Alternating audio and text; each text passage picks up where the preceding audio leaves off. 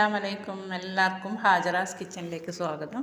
അപ്പോൾ ഞാനിന്ന് ഉണ്ടാക്കുന്നത് ഒരു വെജിറ്റബിളും എഗ്ഗും വെച്ചിട്ടുള്ള റൈസാണ്. അപ്പോൾ ഇതാ വെജിറ്റബിൾ കട്ട് ചെയ്ത് വെച്ചിട്ടുണ്ട്. കാബേജ്, ക്യാരറ്റ്, ബീൻസ്, പച്ചമുളക്, കറിവേപ്പില ഇതെല്ലാം ഒന്നിച്ച് കട്ട് ചെയ്ത് വെച്ചിട്ടുണ്ട്.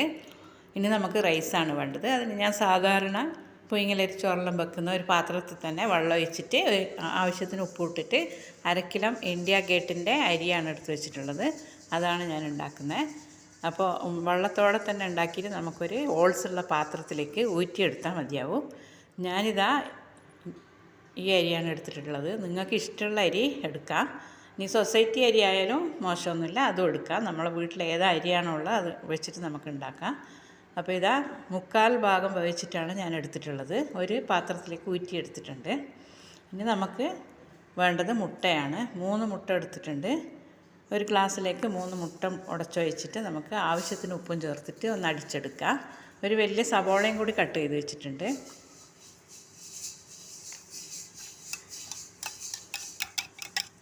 ഇനി നമുക്ക് സ്റ്റൗവിൽ ഒരു തവ വെക്കാം.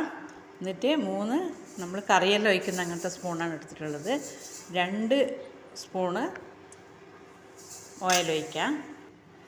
എന്നിട്ട് നമുക്ക് ആദ്യം തന്നെ സവോള ഇട്ട് കൊടുക്കാം.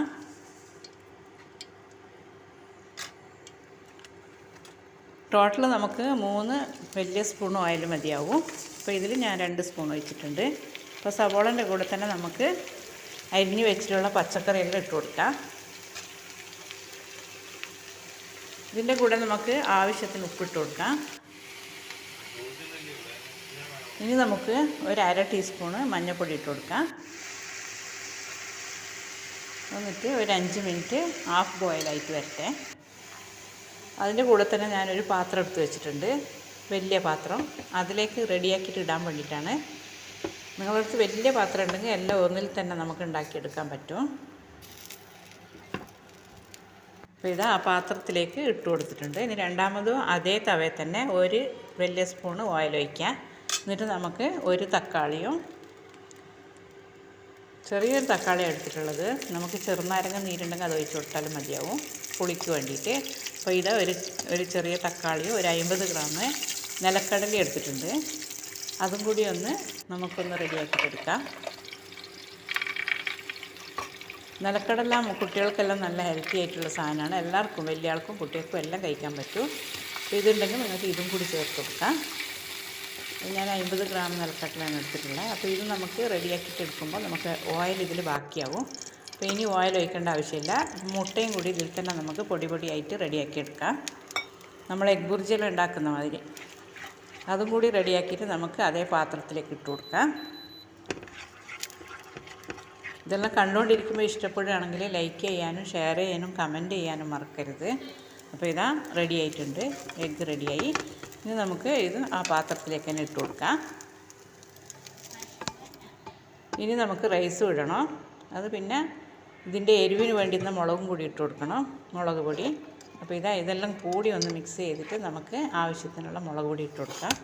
ഞാൻ 1 ടീസ്പൂണ് മുളക് പൊടിയാണ് ഇടുന്നത്. കാശ്മീർ ചില്ലിയാണ്. അതിൽ പച്ചമുളക് ഇട്ടതുകൊണ്ട് കുറച്ച് എരിവ് മതിയാവും. അപ്പോൾ കാശ്മീർ ചില്ലിയാണ് ഞാൻ ഇട്ട് കൊടുക്കുന്നത്, 1 ടീസ്പൂണ്. നിങ്ങൾക്ക് എരിവ് എത്രയാണോ ആവശ്യമുള്ളത് അത്ര നിങ്ങൾക്ക് ഇട്ട് കൊടുക്കാം. കുരുമുളക് പൊടി വേണ്ടിയിട്ട് ഇട്ട് കൊടുക്കാം. ഞാനിതിൽ വേറൊന്നും ചേർക്കുന്നില്ല, കാശ്മീർ ചില്ലി പൗഡർ ചേർക്കുന്നുണ്ട്. ഇനി നമുക്ക് റൈസ് മുഴുവനായിട്ട് ഇതിലേക്ക് അങ്ങ് ഇട്ട് കൊടുക്കാം. ഇതുവരെ ഞാൻ ഈ പാത്രത്തിന് സ്റ്റൗ കത്തിച്ചിട്ടില്ല. അപ്പോൾ ഇതാ റൈസ് മുഴുവനായിട്ട് ഇട്ട് കൊടുത്തിട്ടുണ്ട്. ഇതിൻ്റെ മേലായിട്ട് ഒരു 1/4 ടീസ്പൂണ് ഗരം മസാല ഇട്ട് കൊടുക്കുന്നുണ്ട്. ഇനി നിങ്ങൾക്ക് നെയ്യ് കൂടുതൽ വേണമെന്നുണ്ടെങ്കിൽ നിങ്ങൾക്ക് 1 സ്പൂണും കൂടി എണ്ണയോ നെയ്യോ ഇട്ട് കൊടുക്കാം. ഞാനിനി ഇടുന്നില്ല. ഞാൻ ആകെ 3 വലിയ സ്പൂണ് ഓയിലാണ് ഇട്ട് കൊടുത്തിട്ടുള്ളത്. ഇത്ര 4 ആൾക്ക് കഴിക്കേണ്ട റൈസാണ്.